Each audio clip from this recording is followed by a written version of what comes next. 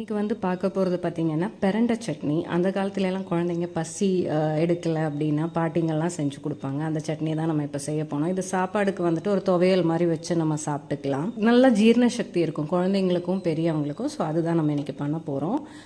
இதுக்கு தேவையானது வந்து பார்த்திங்கன்னா பிரண்டை க்ளீன் பண்ணி வச்சுருக்கேன், தேங்காய், கருவேப்பிலை, புளி, உளுந்துப்பருப்பு, கடலைப்பருப்பு, அதுக்கப்புறம் வரமிளகா. நம்ம இப்போ ஸ்டார்ட் பண்ணிடலாம். எண்ணெய் ஊற்றிடலாம். இப்போ எண்ணெய் சூடாயிடுச்சு. நம்ம இதில் வந்துட்டு கடலைப்பருப்பு, உளுந்து பருப்பும் போட்டுடலாம். கடலைப்பருப்பு, உளுந்து பருப்பும் பார்த்திங்கன்னா நம்மளுக்கு ரோஸ்ட் ஆகிடுச்சு. ஸோ அதை நம்ம இதை எடுத்துடலாம். வரமிளகா போட்டுக்கலாம். கருப்பு கலரில் ஆகக்கூடாது, புகஞ்சிற மாதிரி. ஜஸ்ட்டு வந்துட்டு ரோஸ்ட் பண்ணுறோம் எண்ணெயில், அவ்வளோ மட்டும்தான். தேங்காய் ஆட் பண்ணுறோம். இது நல்லா ப்ரௌன் கலர் ஆகிற வரைக்கும் நம்மளுக்கு வணங்கணும். இப்போ பார்த்திங்கன்னா தேங்காய் வந்துட்டு நல்லா ப்ரௌன் கலர் ஆகிடுச்சு. ஸோ நம்ம இதை எடுத்துடலாம். இன்னும் பிரண்டையை வறுக்க ஆரம்பிச்சிடலாம். நம்ம இப்போ பிரண்டையை நல்லா நம்ம வந்துட்டு வறுக்க ஆரம்பிச்சிடலாம்.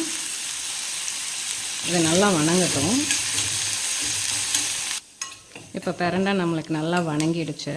ஸோ இதை எடுத்துடலாம்.